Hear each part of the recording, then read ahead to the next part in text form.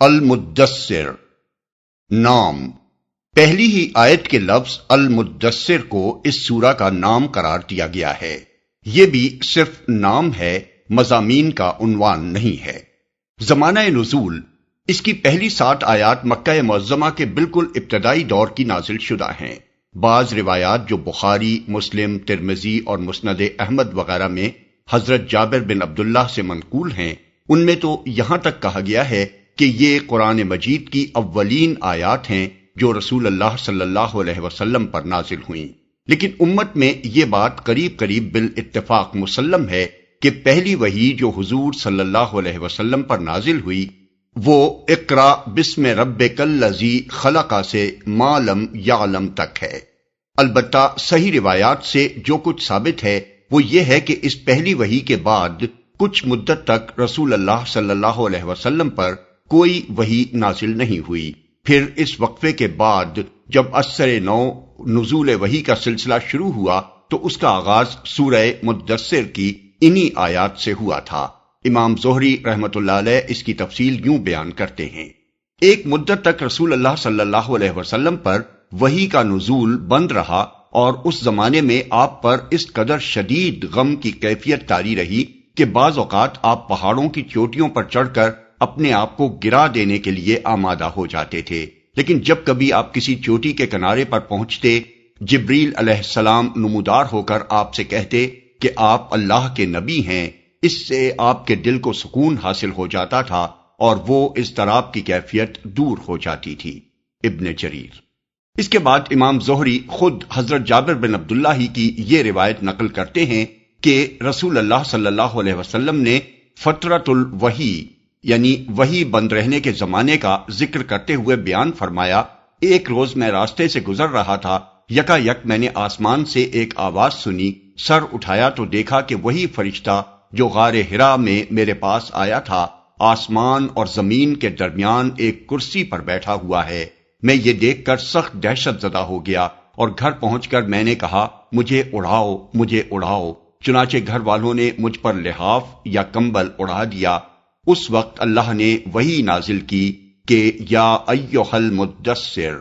پھر لگاتار مجھ پر وحی کا نزول شروع ہو گیا۔ بخاری، مسلم، مسند احمد، ابن جریر۔ سورہ کا باقی ماندہ حصہ آیت 8 سے آخر تک اس وقت نازل ہوا جب اسلام کی علانیہ تبلیغ شروع ہو جانے کے بعد مکے میں پہلی مرتبہ حج کا موقع آیا۔ اس کا مفصل واقعہ سیرت ابن ہشام میں بیان کیا گیا ہے، جسے آگے چل کر ہم نقل کریں گے۔ موضوع اور مضمون: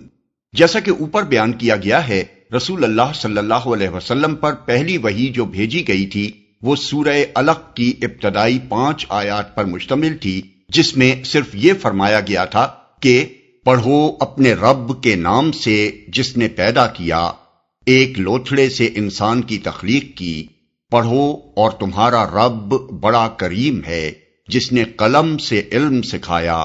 انسان کو وہ علم دیا جسے وہ نہ جانتا تھا۔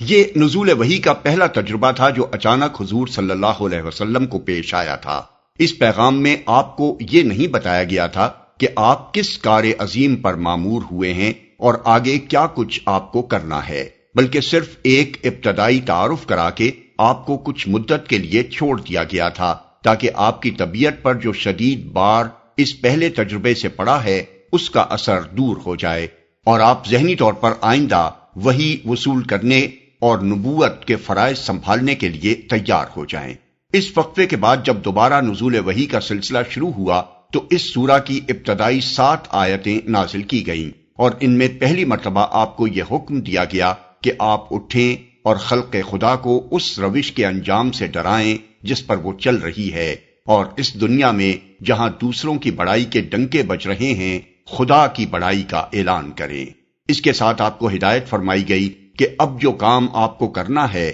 اس کا تقاضا یہ ہے کہ آپ کی زندگی ہر لحاظ سے انتہائی پاکیزہ ہو اور آپ تمام دنیاوی فائدوں سے قطع نظر کر کے کامل اخلاص کے ساتھ خلق خدا کی اصلاح کا فریضہ انجام دیں۔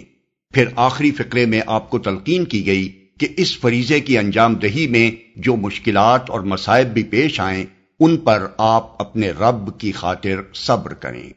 اس فرمان الہی کی تعمیل میں جب رسول اللہ صلی اللہ علیہ وسلم نے اسلام کی تبلیغ شروع کی اور قرآن مجید کی پے در پے نازل ہونے والی سورتوں کو آپ نے سنانا شروع کیا تو مکے میں کھلبلی مچ گئی اور مخالفتوں کا ایک طوفان اٹھ کھڑا ہوا۔ چند مہینے اس حال پر گزرے تھے کہ حج کا زمانہ آ گیا اور مکہ کے لوگوں کو یہ فکر لاحق ہوئی کہ اس موقع پر تمام عرب سے حاجیوں کے قافلے آئیں گے۔ اگر محمد صلی اللہ علیہ وسلم نے ان قافلوں کی قیام گاہوں پر جا جا کر آنے والے حاجیوں سے ملاقاتیں کی اور حج کے اجتماعات میں جگہ جگہ کھڑے ہو کر قرآن جیسا بے نظیر اور مؤثر کلام سنانا شروع کر دیا تو عرب کے گھر گوشے تک ان کی دعوت پہنچ جائے گی اور نامعلوم کون کون اس سے متاثر ہو جائے۔ اس لیے قریش کے سرداروں نے ایک کانفرنس کی جس میں طے کیا گیا کہ حاجیوں کے آتے ہی ان کے اندر رسول اللہ صلی اللہ علیہ وسلم کے خلاف پروپیگنڈا شروع کر دیا جائے۔ اس پر اتفاق ہو جانے کے بعد ولید بن مغیرہ نے حاضرین سے کہا کہ اگر آپ لوگوں نے محمد صلی اللہ علیہ وسلم کے متعلق مختلف باتیں لوگوں سے کی تو ہم سب کا اعتبار جاتا رہے گا، اس لیے کوئی ایک بات طے کر لیجئے جسے سب بالاتفاق کہیں۔ کچھ لوگوں نے کہا ہم محمد صلی اللہ علیہ وسلم کو کاہن کہیں گے۔ ولید نے کہا نہیں، خدا کی قسم وہ کاہن نہیں ہیں، ہم نے کاہنوں کو دیکھا ہے، جیسی باتیں وہ گنگناتے ہیں اور جس طرح کے فقرے وہ جوڑتے ہیں، قرآن کو ان سے کوئی دور کی نسبت بھی نہیں ہے۔ کچھ اور لوگ بولے انہیں مجنون کہا جائے۔ ولید نے کہا وہ مجنون بھی نہیں ہیں، ہم نے دیوانے اور پاگل دیکھے ہیں، اس حالت میں آدمی جیسی بہکی بہکی باتیں اور الٹی سیدھی حرکات کرتا ہے وہ کسی سے چھپی ہوئی نہیں ہے۔ کون باور کرے گا کہ محمد صلی اللہ علیہ وسلم جو کلام پیش کرتے ہیں وہ دیوانگی کی بڑھ ہے یا جنون کے دورے میں آدمی یہ باتیں کر سکتا ہے؟ لوگوں نے کہا اچھا تو پھر ہم شاعر کہیں گے۔ ولید نے کہا وہ شاعر بھی نہیں ہیں، ہم شعر کی ساری اقسام سے واقف ہیں، اس کلام پر شاعری کی کسی قسم کا اطلاق بھی نہیں ہو سکتا۔ لوگ بولے تو ان کو ساحر کہا جائے۔ ولید نے کہا وہ ساحر بھی نہیں ہیں، جادوگروں کو ہم جانتے ہیں اور اپنے جادو کے لیے جو طریقے وہ اختیار کرتے ہیں ان سے بھی ہم واقف ہیں، یہ بات بھی محمد صلی اللہ علیہ وسلم پر چسپاں نہیں ہوتی۔ پھر ولید نے کہا ان باتوں میں سے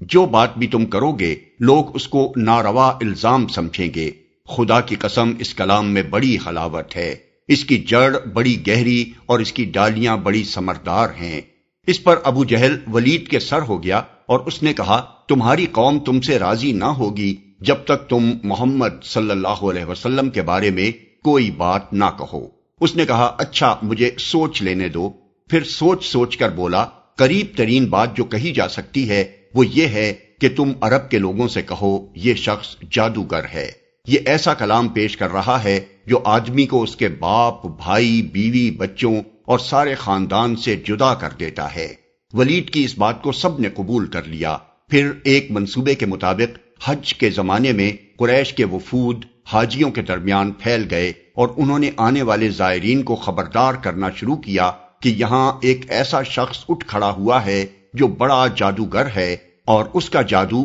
خاندانوں میں تفریق ڈال دیتا ہے، اس سے ہوشیار رہنا۔ مگر اس کا نتیجہ یہ ہوا کہ قریش نے رسول اللہ صلی اللہ علیہ وسلم کا نام خود ہی سارے عرب میں مشہور کر دیا۔ سیرت ابن ہشام جلد اول صفحہ 288 289 اس قصے کا یہ حصہ کہ ابو جہل کے اصرار پر ولید نے یہ بات کہی اکرمہ کی روایت سے ابن جریر نے اپنی تفسیر میں نقل کیا ہے۔ یہی واقعہ جس پر اس سورہ کے دوسرے حصے میں تبصرہ کیا گیا ہے اس کے مضامین کی ترتیب یہ ہے۔ آیت 8 سے 10 تک منکرین حق کو خبردار کیا گیا ہے کہ آج جو کچھ وہ کر رہے ہیں اس کا برا انجام وہ قیامت کے روز دیکھ لیں گے۔ آیت 11 سے 26 تک ولید بن مغیرہ کا نام لیے بغیر یہ بتایا گیا ہے کہ اللہ تعالیٰ نے اس شخص کو کیا کچھ نعمتیں دی تھیں اور ان کا جواب اس نے کیسی حق دشمنی کے ساتھ دیا ہے۔ اس سلسلے میں اس کی ذہنی کشمکش کی پوری تصویر کھینچ دی گئی ہے کہ ایک طرف دل میں وہ محمد صلی اللہ علیہ وسلم اور قرآن کی صداقت کا قائل ہو چکا تھا، مگر دوسری طرف اپنی قوم میں اپنی ریاست و وجاہت کو بھی خطرے میں نہ ڈالنا چاہتا تھا۔ اس لیے نہ صرف یہ کہ وہ ایمان لانے سے باز رہا بلکہ کافی دیر تک اپنے ضمیر سے لڑنے جھگڑنے کے بعد آخر کار یہ بات بنا کر لایا کہ خلق خدا کو اس کلام پر ایمان لانے سے باز رکھنے کے لیے